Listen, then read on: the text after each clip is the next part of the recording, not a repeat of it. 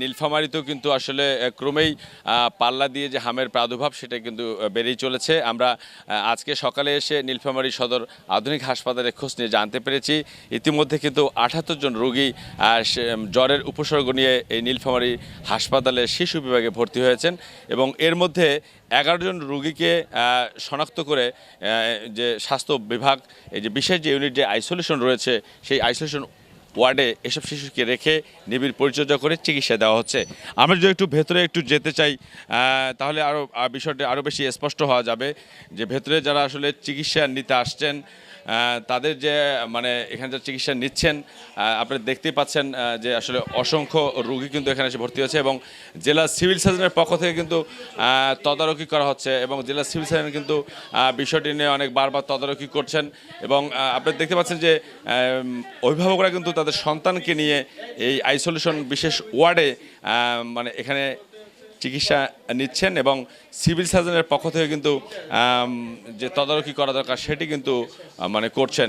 তো আমরা যদি এখন এখানকার যে সিভিল সার্জন রয়েছে যদি আমরা একটু কথা বলতে চাই এখানকার civil surgeon doctor Mohammad Abdur Razzaq, আমরা যদি একটু আপনার কাছে জানতে চাই এই যে হামের যে প্রাদুর্ভাব এবং সামান্য জ্বর হলে মানুষ হাসপাতালে ছুটে আসছেন তাদের সন্তানকে নিয়ে, তো আজকের এই পরিস্থিতিতে এই প্রেক্ষাপটে প্রথম দিন ছিল একদিন, এরপর ৬ জন এবং আজকে এসে দাঁড়িয়েছে ১১ জন। এই যে ক্রমেই বাড়ছে হামের রোগের প্রাদুর্ভাব এবং শিশুরা আক্রান্ত হচ্ছে, আপনার মানে তথ্য বার্তায়নে বা মানে আজকের প্রেক্ষাপট নিয়ে আসলে কী বলবেন? আসলে মানুষ এখন অনেক সচেতন।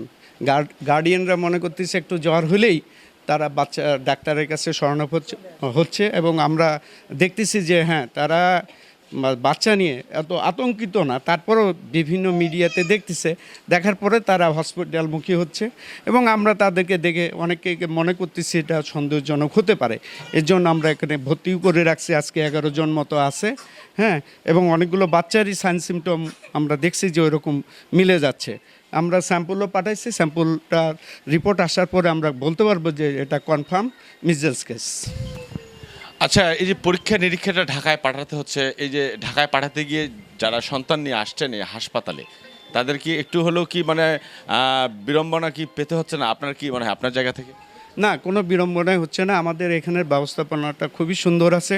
আমরা আইসোলেশন ওয়ার্ড খুলছি, আপনারা দেখছেন আমাদের কতগুলো সিস্টার আছে, সবগুলো ওনারা পরীক্ষা নিরীক্ষার বিষয়টা পরীক্ষা নিরীক্ষার বিষয়টা খুবই সুন্দর মতো হয়ে যাচ্ছে। আমরা এমটিপিআই আছে বা স্যাম্পল নিয়ে তারা ওই দিনই পাঠিয়ে দিচ্ছে।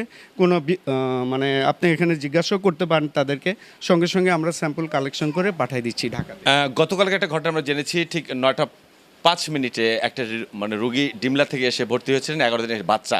সেই বাচ্চাটার আসলে অবস্থা কি কত জানতে পেরেছেন? এটা বাচ্চাটার অবস্থা, ওই বাচ্চাটার নাম হলো আফরিন জান্নাত। বাচ্চাটা 9:25 আমাদের ওখানে ডিমলা হেলথ কমপ্লেক্সে আসার পর থেকেই তার গায়ে র্যাশ ছিল, প্রচুর শ্বাসকষ্টও ছিল। বাচ্চাটাকে আমরা প্রাথমিক ট্রিটমেন্ট দিয়ে সঙ্গে সঙ্গে রংপুর মেডিকেল কলেজে ভর্তি করার জন্য রেফার করি। এবং তারপর তথ্য আছে এরপরে আমি মানে আমার ইএসএনএপিও মহোদয় বলছে যে বাচ্চাটা মারা গেছে। আমি এখন ওখানে যাই আসলে বিষয়টা দেখব, ডিমলা হেলথ কমপ্লেক্সে যাব এবং ওখানেও যাই বিষয়টা জানার চেষ্টা করব আসলে কি হয়েছিল, সমস্ত তথ্যগুলো আমি জানবো। হামের টিকার কোনো সংকট রয়েছে কিনা? না, হামের টিকার কোনো সংকট আমার এখানে নাই। আমাদের 21,850টা টিকা ডোজ এখনও আছে এই আমার ডিস্ট্রিক্টে।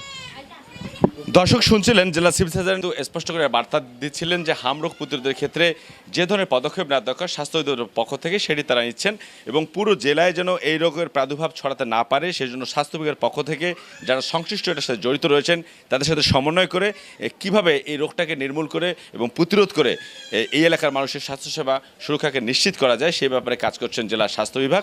তো এই ছিল আমার কাছে নীলফামারী থেকে আজকে তৃতীয় দিনের মতো হাম রোগ নিয়ে আধুনিক সদর হাসপাতাল থেকে সর্বশেষ খবর।